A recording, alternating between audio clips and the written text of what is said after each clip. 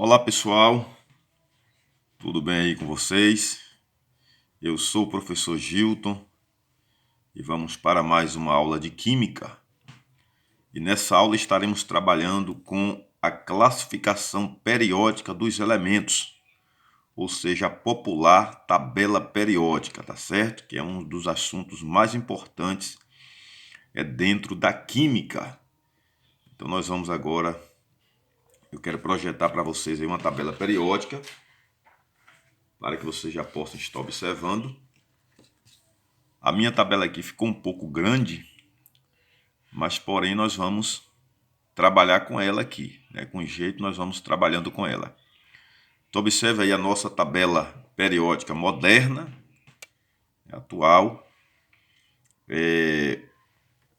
Então nós vamos estar trabalhando com essa tabela periódica, tá certo?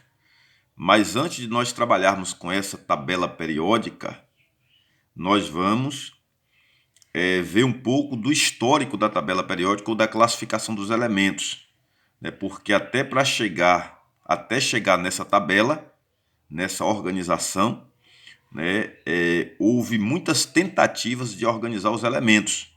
Então nós vamos ver agora a parte histórica, né, que eu acho muito importante também. Logo no início, né, surgiu a tentativa de organizar os elementos, até então conhecidos, e um cientista chamado Johann, em 1817, ele propôs, né, a organização dos elementos de 3 em 3. Isso ficou conhecido como tríadas. Então ele foi organizando os elementos de 3 em 3. E o critério para essa organização foi colocar nessas trincas os elementos que tinham propriedades semelhantes. Então, por exemplo, aqui no primeiro grupo de 3 aqui nós temos o lítio, sódio e potássio.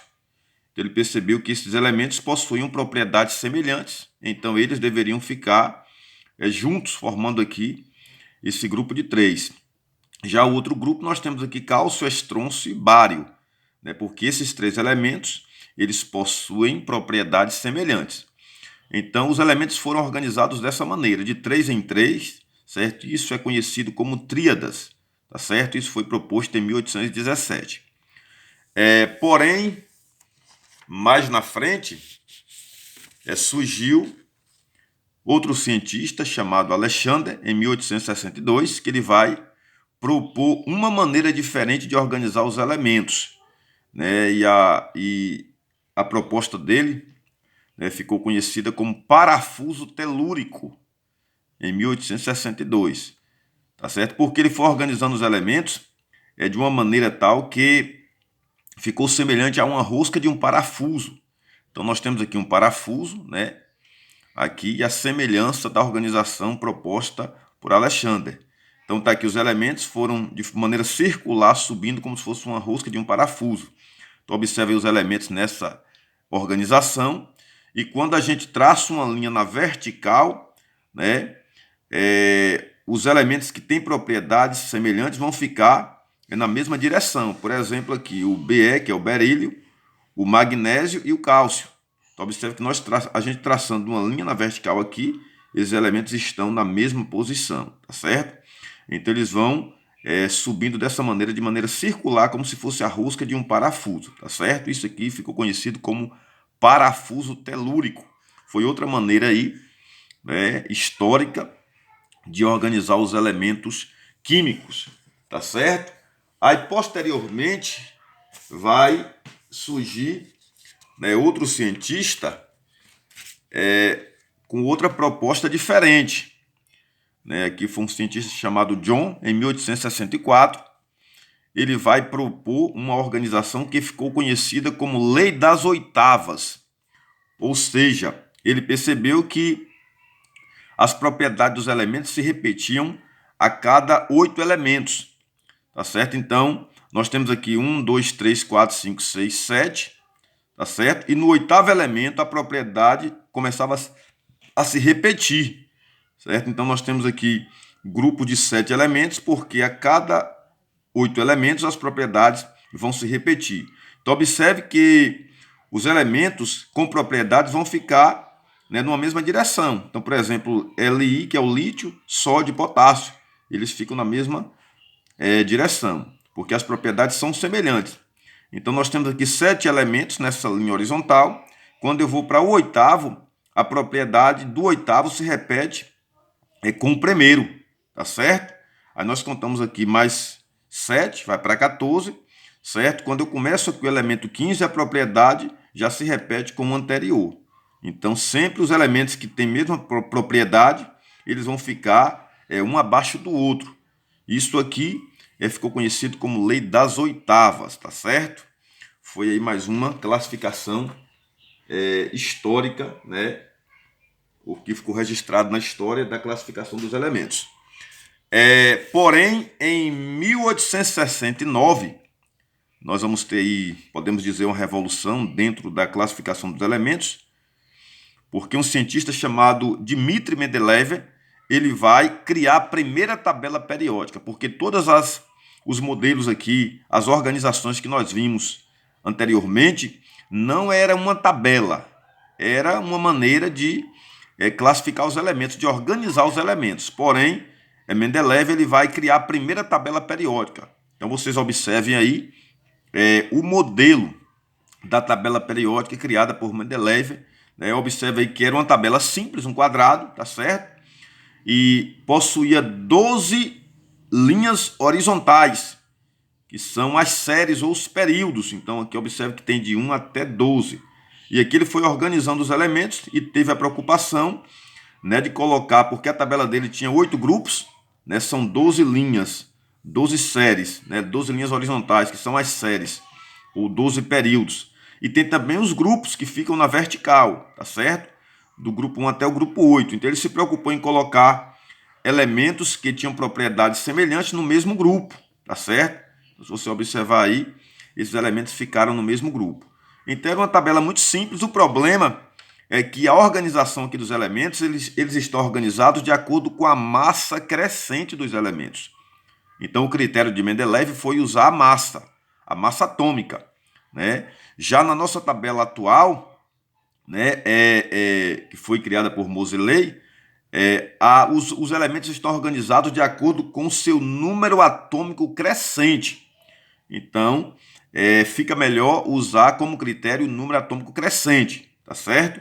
Então, a tabela de Mendeleev, ela levava como critério de organização dos elementos a massa atômica crescente, tá certo? Então, foi a primeira tabela periódica proposta aí na história. Agora nós vamos, né, estar projetando aí para vocês a tabela periódica moderna, atual, tá certo? Muito bonita, tá ok? Já teve algumas alterações aí no decorrer da história.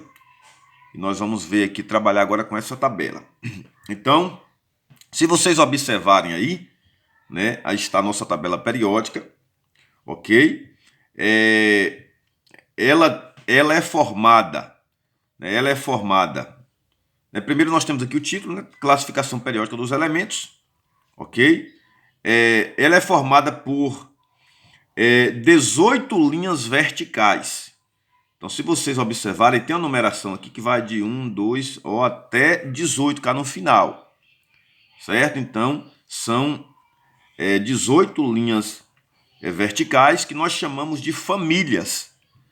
Então, a tabela ela tem 18 famílias, ó. 1, 2, então se você for contando até o final, vão dar 18 famílias. Podem ser chamadas de famílias, também colunas ou grupos, tá certo? Então, esses 3 nomes aí relacionados a essas linhas verticais. Só que essas famílias, elas são divididas em famílias A e famílias B. Aqui eu vou acrescentar, porque essa tabela não trouxe aqui essa representação, né? Mas eu já comecei a colocar aqui família A, ó, família A, certo? E tem as famílias B, que são essas famílias aqui, que ficam no centro aqui da tabela. Então eu vou colocar aqui para a gente estar observando. Aqui seria a família 1B, o 1 começa aqui, aqui já é 2B e depois vem para cá. Ó. Então não são tão organizados aqui os elementos das famílias B. Então 3B, 4B, 5B, 6B, 7B. Aí a família 8B, ela é uma família tripla. Então nós vamos colocar aqui o 8B no grupo 9, tá certo? E puxar uma linha para cá para o 8 e outro lá para o 10. Né? Ou seja, a família 8B é tripla, porém, nós vamos ter um total aqui de 10 famílias B. Ou seja, então se a tabela tem 18 famílias no total, né? 8 famílias são famílias A, aqui um A, 2A, né? E o 3A pula para cá, o 3A, 4A, 5A, 6A, 7A e 8A. Então são 8 famílias A, né? Como o total é 18, então tirando 8 vão sobrar 10 famílias B, que são esses aqui que ficam no centro da tabela, tá certo? Então famílias A e famílias B. As famílias A, elas são chamadas de elementos representativos. Então os elementos que estão nas famílias A, 1A, 2A, 3, 4, 5, 6, 7 e 8, são os elementos representativos. Né? São os elementos assim mais regulares, com características mais regulares, tá certo? E os elementos das famílias B são chamados de elementos de transição, tá certo? Transição porque eles vão ficar entre essa primeira parte da família A e a outra parte da família A. Então eles vão ficar no meio, né? Numa área de transição entre os dois grupos de famílias A. Então são chamados de elementos de transição, ok? Então eu creio que ficou clara aí a questão das famílias, né? 18 famílias. Daqui a pouco nós vamos ver os nomes dessas famílias, características, certo? Porém, dando continuidade aqui, nós temos na tabela periódica 7 linhas horizontais. Se você contar aqui, vão dar 7 linhas horizontais, tá certo? Está numerado aqui de 1 a 7, essa numeração pode vir em algarismos romanos, ok? Então, essas linhas horizontais a gente chama de séries ou períodos, ou seja, a tabela periódica possui 7 períodos, tá certo? Então, um período começa aqui e termina cá, certo? Ou seja, o primeiro período só tem o elemento hidrogênio e o elemento hélio. O segundo período começa aqui e termina aqui, certo? Então, correndo a linha horizontal, você está aí percorrendo um período. Então, são 7 períodos. Detalhe importantíssimo. Nós temos aqui no sexto e no sétimo períodos, né, algo interessante. Observe aqui essas duas séries de baixo aqui, que ficam fora da tabela. Tá vendo aqui? São duas séries.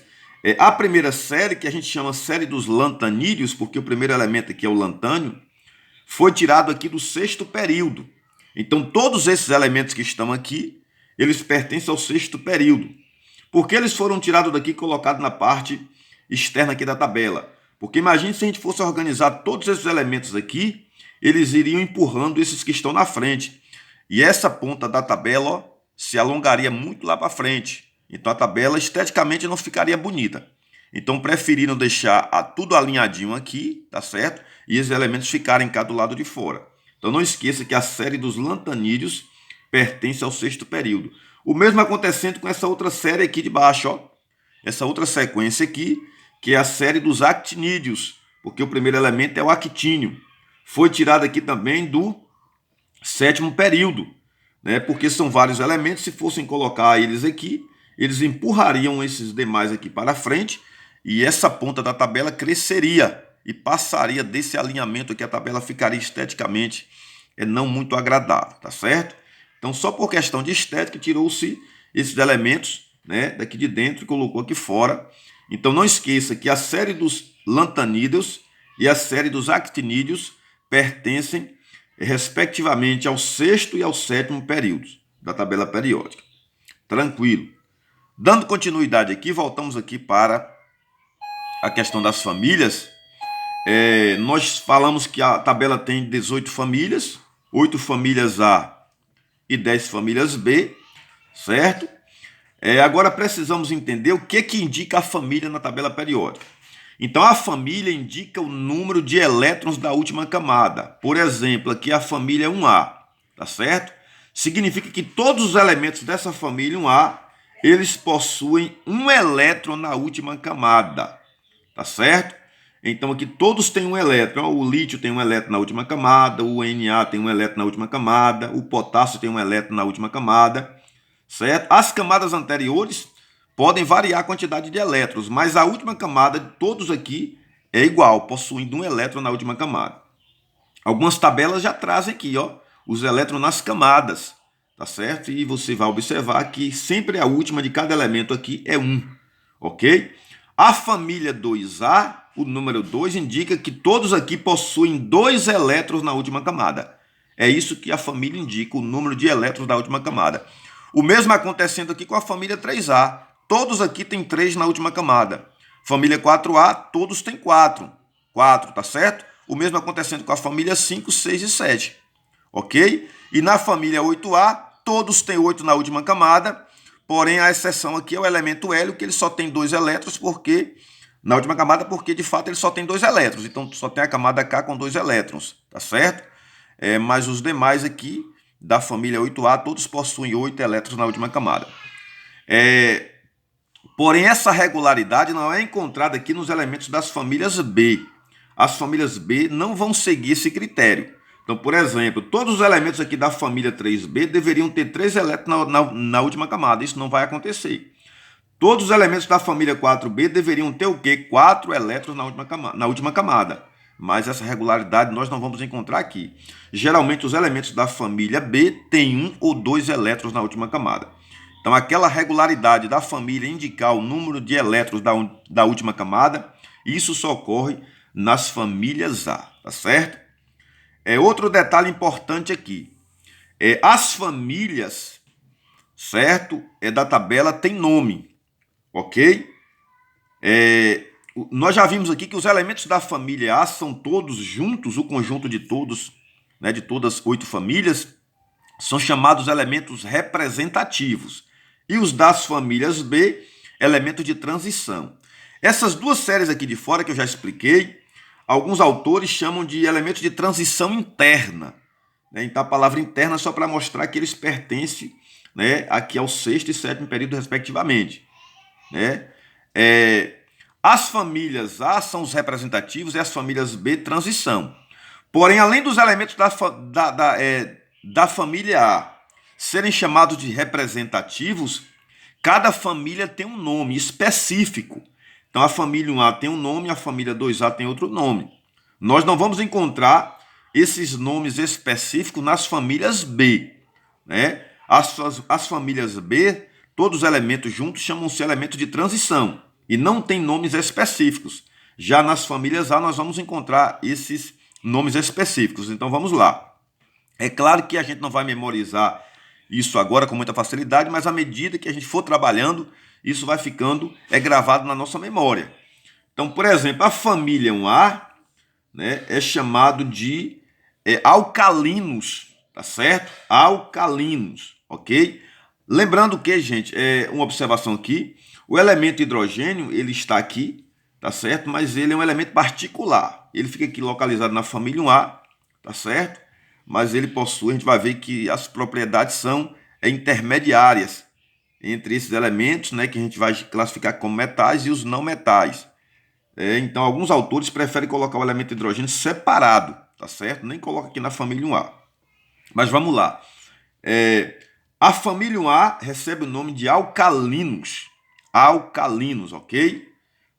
Eu vou até escrever o nome aqui. Alcalinos. Pronto, alcalinos. A família 2A recebe o nome de alcalinos terrosos.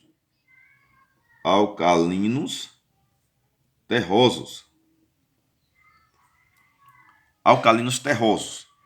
A família 3A e a 4 e a 5 são as famílias mais fáceis de serem memorizadas, porque o nome dessas famílias, na verdade, são os nomes dos primeiros elementos. Então, aqui o primeiro elemento da família 3A é o boro. Então, isso aqui chama família do boro. Família do boro. Eu abrevei aqui, família, só coloquei o F.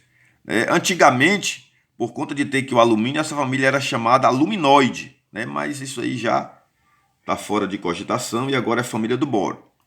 Aqui, a família 4A, que é o carbono, antigamente era chamada carbonoide. tá certo? Hoje é a família do carbono. Então, família do carbono. Família 4A. A família 5A antigamente era nitrogenóide por conta do nitrogênio. Hoje é apenas família do nitrogênio. Abreviei aqui a palavra nitrogênio. Os dois nomes mais complicadinhos é da família 6 e 7, tá certo? A família 6 é chamada de calcogênios. Calcogênios. Calcogênios. E a família 7A é chamada de halogênios.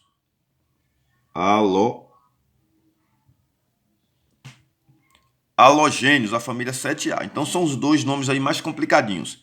E a família 8A, tá certo? É chamada de gases nobres. Então deixa eu colocar aqui gases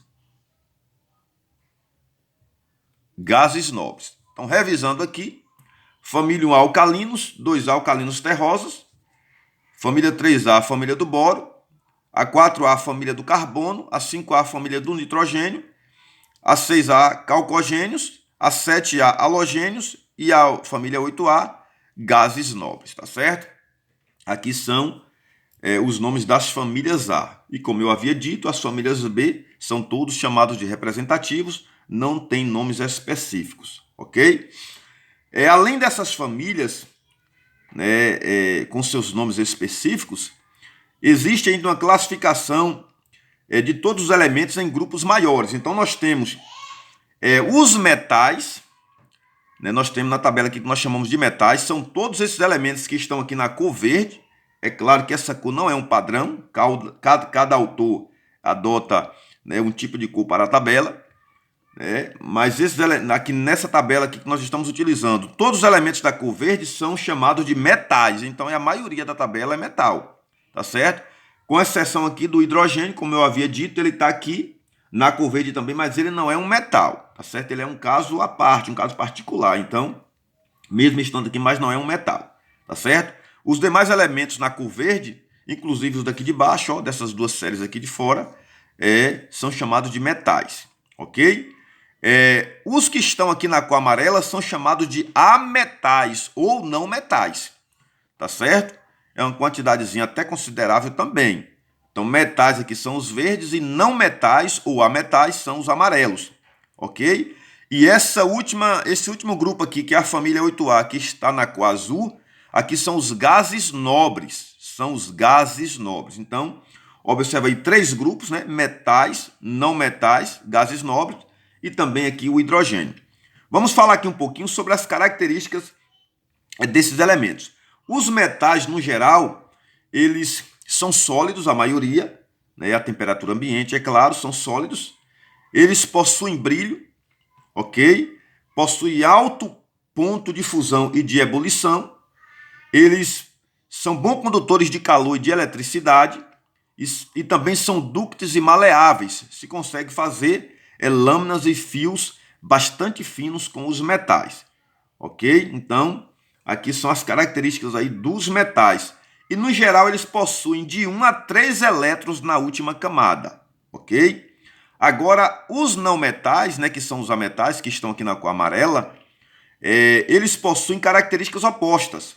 Então, aquilo que o metal é, o não metal não é, ou a metal não é. Então, vamos lá. Os não metais, melhor dizendo, os ametais, certo? Eles se apresentam em 3 estados físicos, tá certo? Nós temos aqueles que são sólidos, que esses que estão com símbolo preto, aqueles que são gases, que estão aqui com símbolo vermelho, ok?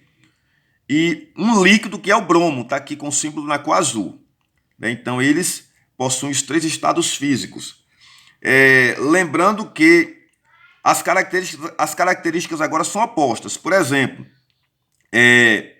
os não metais, eles possuem baixo ponto de fusão e de ebulição, ok? Uma exceção aqui vai ser o carbono, nós vamos comentar quando nós falarmos das propriedades periódicas. Eles não são bons condutores de calor, não são bons condutores de eletricidade, tá certo? Eles possuem também de 4, melhor dizendo, de 4 a 7 elétrons na última camada. Os metais possuem de 1 a 3, os ametais possuem de 4 a 7 elétrons na última camada. Então, eles têm tendência de ganhar elétrons, né, porque quem tem de 4 a 7 tem tendência de ganhar, e quem tem de 1 a 3, que são aqui os metais, tem tendência de perder elétrons. Nós vamos ver muito isso aí em ligações químicas, ok? Então, observe que, né, as características dos não metais são opostas, né? Eles não são dúcteis nem maleáveis, então tudo que o metal é, o ametal não é, certo? É diferente, as características são opostas.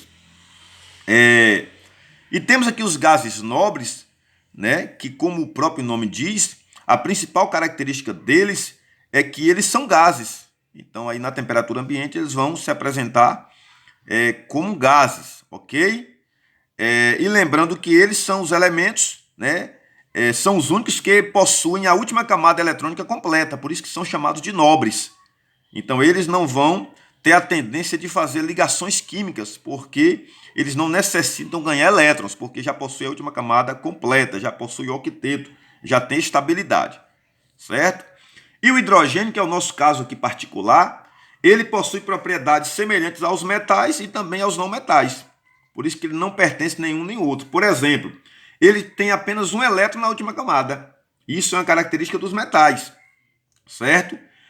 Porém, o hidrogênio ele tem tendência de ganhar elétrons, que já é uma característica dos não metais, ok? E assim como os gases nobres, ele também é um gás. Então, ele possui características, podemos assim dizer, de todos os demais grupos. Então, ele é um caso mesmo particular. Temos aqui mais algumas informações. Observe que a nossa tabela, ela possui aqui cores diferentes para os símbolos dos elementos. E como nós já falamos, todos que estão aqui com o símbolo preto são os elementos sólidos na temperatura ambiente. Os que estão aqui na cor vermelha são gases. No caso aqui o nitrogênio, oxigênio, flúor e cloro, né, que são os não metais. E os gases nobres também, e também o hidrogênio. Então todos esses que estão aqui com o símbolo vermelho são gases, tá certo? E temos na tabela apenas 2 elementos no estado líquido, que é o bromo, que nós já falamos, que é um ametal, está aqui na cor azul, e tem um metal também que é líquido, que é o mercúrio, está aqui Hg. Então, o mercúrio na temperatura ambiente, ele se apresenta no estado líquido, tá certo?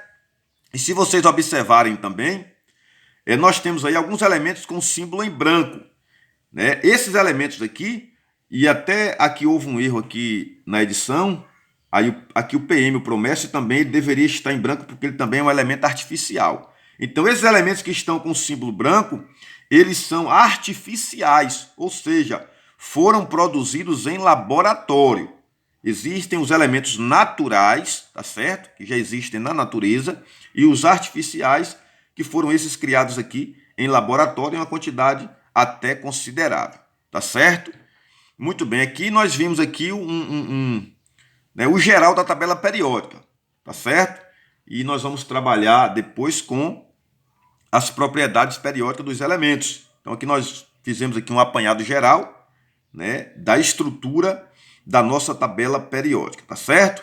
Outro detalhe aqui, gente, que eu havia me esquecido, que nós falamos aqui que a família indica o número de elétrons da última camada. Se o elemento está na família 1A, possui um elétron na última camada. Família 2A possui 2 elétrons, e assim por diante, né, em todas as famílias A.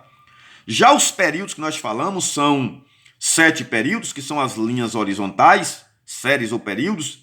Eles indicam o número de camada do elemento.